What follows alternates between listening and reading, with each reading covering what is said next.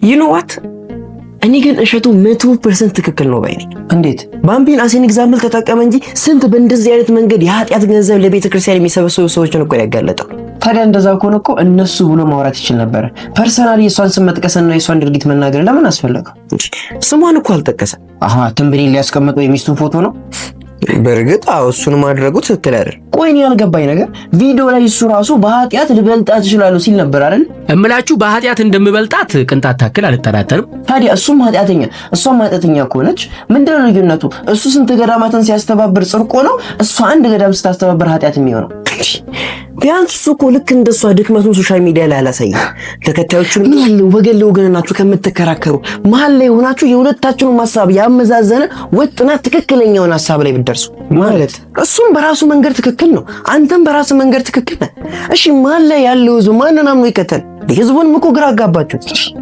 እንደ አንድ ብልህና ማስተዋል የሚችል ሰው እኮ መሀል ላይ ሆናችሁ ከሁለቱም ወገን የሚነሳውን ጥያቄ ብትመረምሩ ኖሮ ስህተቱ የቱ ጋር እንዳለ ትክክለኛው ሐሳብ የቱ እንደሆነ ትረዱ ነበር እኮ። እሺ እኛ ምሁር እና አጠቃላይ እውነታው ምንድነው? እባክህ በጣም አሪፍ ጥያቄ። ይኸውላችሁ ልብ ብላችሁ ስሙ። በመጀመሪያ ሁለቱም ትክክል ናቸው፣ ትክክልም አይደሉም። እንዴት? ቆይ ላስረዳችሁ። ከእሸቱ ልጀምር። እሸቱ ያነሳው ሐሳብ እንደ ቤተ ክርስቲያን ሕግና ስርዓት ሲታይ ትክክል ነው ኦፍ ኮርስ።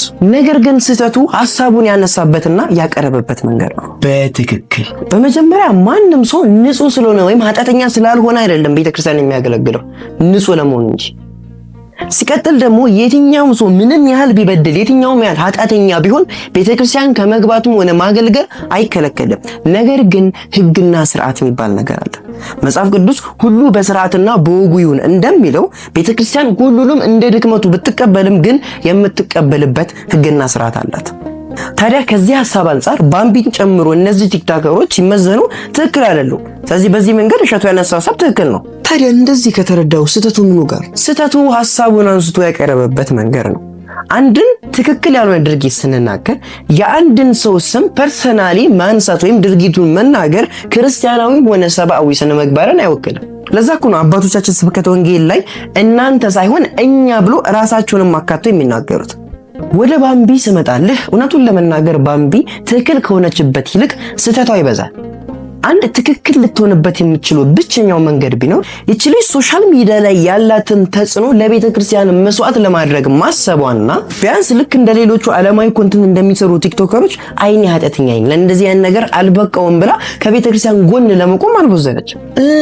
በጣም አሪፍ። አሁን አግኝተዋል። ስንቶቹ ናቸው በእናትህ በእንደዚህ አይነት መንገድ ከቤተ ክርስቲያን የራቁት?